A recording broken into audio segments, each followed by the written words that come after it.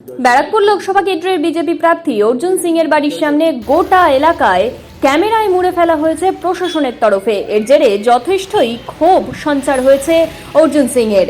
তার অভিযোগ, তার উপর নজরদারি চালানোর জন্যই পুলিশ প্রশাসন এই সিসি ক্যামেরা লাগিয়েছে। যদিও তৃণমূলের তরফ থেকে অভিযোগ অস্বীকার করে বলা হয়েছে, জানানো হয়েছে যে তার বাড়িতে ভোটের সময় ক্রিমিনাল যাতায়াত করছে কিনা তা দেখতেই এই ক্যামেরা লাগানো হয়েছে।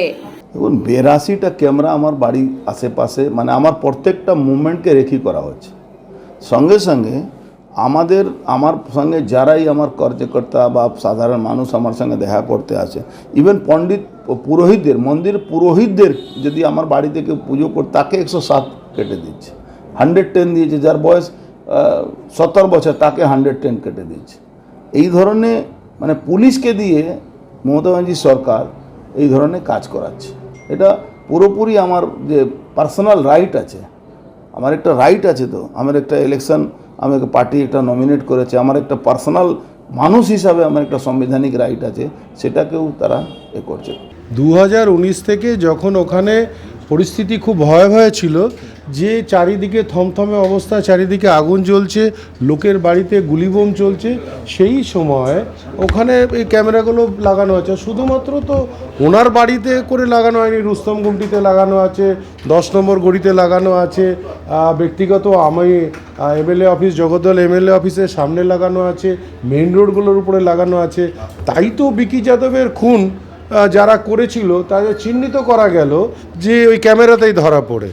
আর এটা একটা অসাধারণ ব্যাপার যে ওনার ভয় হচ্ছে, যেরকম ওনার ভাইপো ধরা পড়েছেন এই বিকি যাদবের খুনে ওই ক্যামেরার থ্রু দিয়ে। তো আরও অনেক মানুষ এরকম ওনার কাছে যাতায়াত করছে যারা বিভিন্ন খুনে জড়িত আছে। কয়েকজন মানুষ ওখানেই আশ্রিত। যে পাশে দেখবেন একটা সাদা বিল্ডিং আছে মজদুর ভবনের, ওই বিল্ডিংটা সিআইএসএফ থাকে একতলায়, আর একতলায় থাকে এই অঞ্চলের যত শুটার আছে, ক্রিমিনালস আছে, তারা ওই সাদা বিল্ডিংটার দোতলায় থাকে।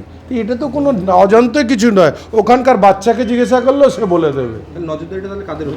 কোনো নজরদারির বলে নয়, এটা তো বিগত দিন থেকেই লাগানো আছে, এটা তো নতুন করে কিছু লাগানো হয়নি। এতদিন যখন উনি টিএমসিতে ছিলেন তখন উনি এটা বুঝতে পারলেন না যে ক্যামেরাগুলো লাগানো আছে। আজকে হঠাৎ বিজেপিতে এসে ওনার এটা বুঝতে গেল যে ঠিক আছে, কাল পর্যন্ত বাঙাল পুলিশ ছিল, আর আজকে সিআইএসএফ আসার সাথে সাথে ওনার এই ক্যামেরা দেখা গেল। আপনারা ছবিতে দেখে নেবেন, এই ক্যামেরাগুলো বহুদিন থেকে লাগানো আছে, নতুন করে না। আর দেখুন, প্র্যাকটিক্যালি অর্জুন একটা মিথ্যে সাংসদ, মিথ্যে কথা ছাড়া ওর কাছে কিছু নেই, এই ধরনের মিথ্যে কথাই ও খালি বলে।